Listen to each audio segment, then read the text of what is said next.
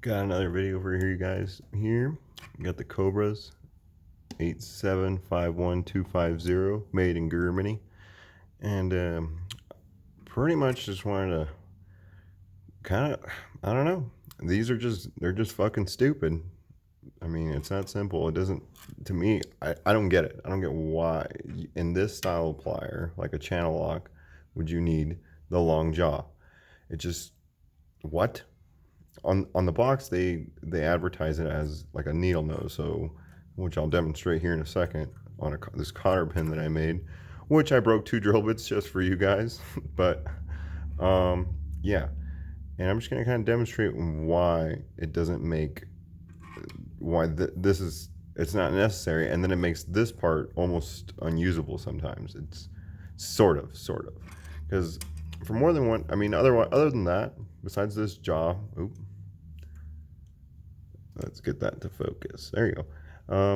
Besides this is all pretty much the same. The only differences being is that it's not going to have your like 2 inches of jaw opening. Here's those channel locks again, the 422s as in comparison. As far as jaw width, you're pretty much the same, but with that much of that needle nose on there. And maybe for some guys it'd work, but for me to carry, I carried them around for like 2 days maybe, and it just didn't work out for me. This just got in the way almost every time, because a lot of times you'll be wrenching on something, so you'll go up to whatever. We'll just go, we'll do this one.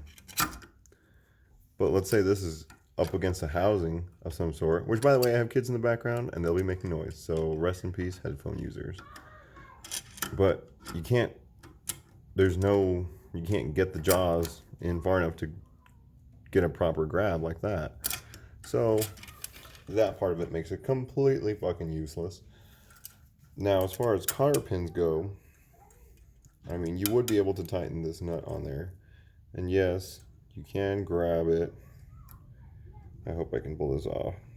So you can grab it, obviously. Bend it over. I would rather, for something like that, obviously this cotter pin's a little bit big for what I'm doing, but...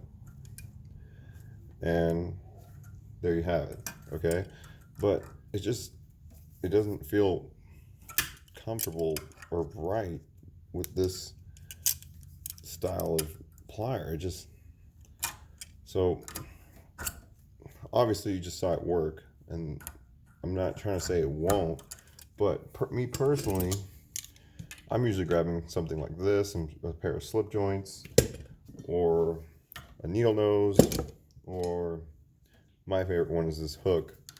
So I just kind of get that bent straight. Most of the times it's all rusted and corroded on there, but you'll get it bent a little bit straight and they'll be stuck, and you'll hook that, and either you can use it as a pry, it'll push up against something like that, or take a hammer to here or on the handle and pop it out. So I just don't like that they advertise it for that, because it really doesn't do that that well for them to try to sell it like that.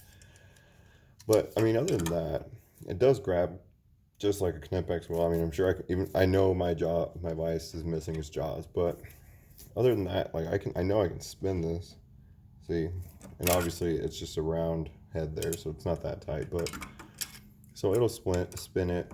You can definitely pull this cotter pin out, and you can definitely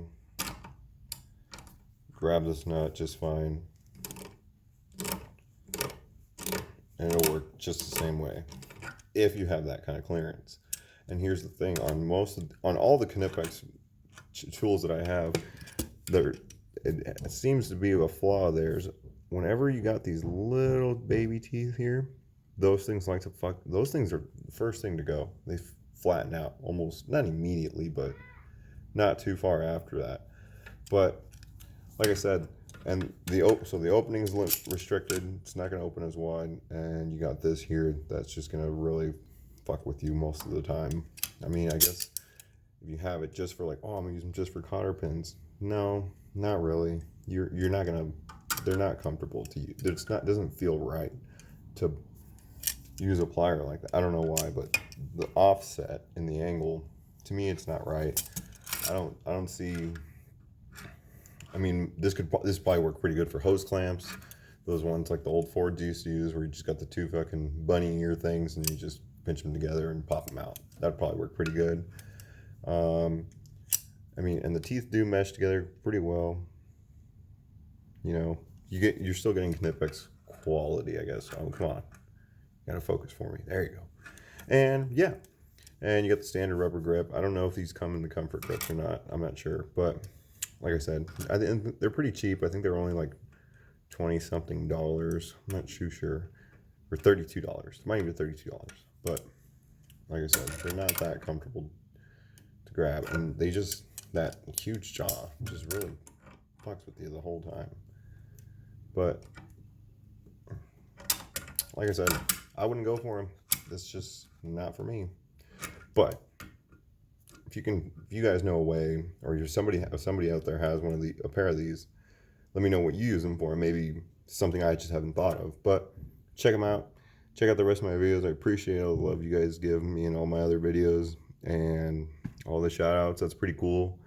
And I hope to keep making them. So check them out. Check these out. Let me know what you think of them. Let me know what you might think, what you could use them for. So catch you later.